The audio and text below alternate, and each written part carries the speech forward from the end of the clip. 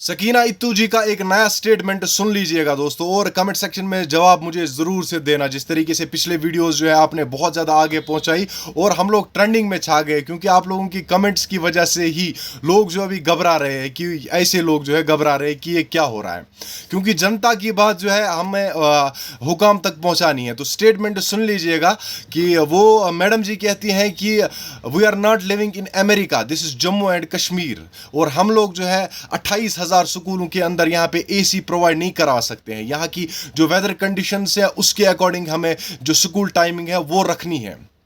तो मेरा सवाल है यहाँ पे थोड़ा सा आप लोगों से भी और मैडम जी से भी मेरा सवाल है, ये जो आप इलेक्शन के टाइम पे जितनी ये रैलियाँ निकालते हैं, पेट्रोल का खर्चा, लोगों का खर्चा, ये सारी चीज़ें जो करोड़ों रुपए जो है आप उड़ा देते हो, तो वो पैसा आता कहाँ से है? उस वक्त आपको ये याद नहीं होता है कि ये अमेरिका नहीं है, यहाँ पे गरीबी है, तो हमें इन गरीबों की मदद करनी चाहिए इन पैसों से।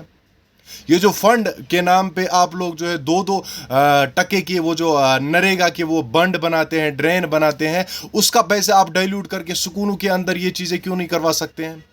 हम ये नहीं बोल रहे हैं कि आप 28,000 स्कूलों के अंदर ये चीज़ प्रोवाइड कर दो, लेकिन हमारी रिक्वेस्ट है कि आप थोड़ा थोड़ा करके इन चीज़ों को अपग्रेड कीजिए।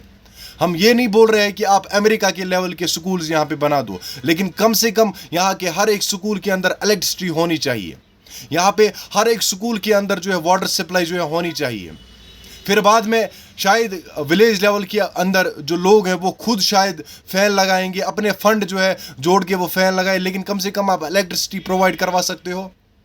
अगर ये जो नरेगा, ये जो बाकी चीज़ें हैं, इसका पैसा अगर कहीं ना कहीं आप लोग डाइल्यूट जो है इसको चेंज करके स्कूलों के अंदर लगवा सकते हो। मैं नहीं बोल रहा हूँ कि नरेगा का फंड उठा के, लेकिन जितने भी फंड जाते हैं इन चीज़ों के अंदर, क्या आपको लगता है कि अगर 1 लाख का कहीं पे बंड आता है, कहीं पे ड्रेन आती है या कुछ और फुटपाथ, आपको लगता है कि उसमें जो है 80% या 40%, 30% का काम भी होता है, वो हर 2 साल के बाद जो है दोबारा से बनवानी पड़ती है? ये पैसा आप क्यों नहीं लगा सकते एजुकेशन सेक्टर के अंदर? क्यों नहीं आप अपग्रेड करवाना चाहते हो? क्योंकि आप लोग चाहते हो कि हमारे बच्चे जो है अनपढ़ रहे और वो नरेगा फंड के पीछे ही भागे। तो मैंने एक कमेंट पढ़ा था पिछले दफ़ा अपने वीडियो के अंदर, मैंने कुछ किसी को कमेंट किया था कि नरेगा का पैसा है, बाकी चीज़ें, तो वो बोलते हैं कि मजदूरों का क्या होगा? आपने हम लोगों को सिर्फ जो है मजदूरी करने के लिए रखा है। आपने जो फंड जो है इस नरेगा के अंदर बाकी चीज़ें, ब्लॉक के जो काम होते हैं, बाकी चीज़ें उनके अंदर जो डाला हुआ है, तो आपको लगता है कि हम मजदूर ही बने? क्योंकि हम लोगों को, इन लोगों को पता है, पॉलिटिशियंस का एक चीज़ आप लोग जहन में रखिएगा, वो कभी नहीं चाहेंगे कि यहाँ मेरी जो जनता है वो पढ़ी लिखी बन जाए, क्योंकि उनको पता है अगर ये पढ़ लिख गए तो ये लोग जो है हमसे सवाल पूछेंगे, जैसे आजकल जो है लोग पूछ रहे हैं। और इनकी जो है वो क्या कहते हैं, हम पैंट गीली हो चुकी है हमारे इन सवालों से।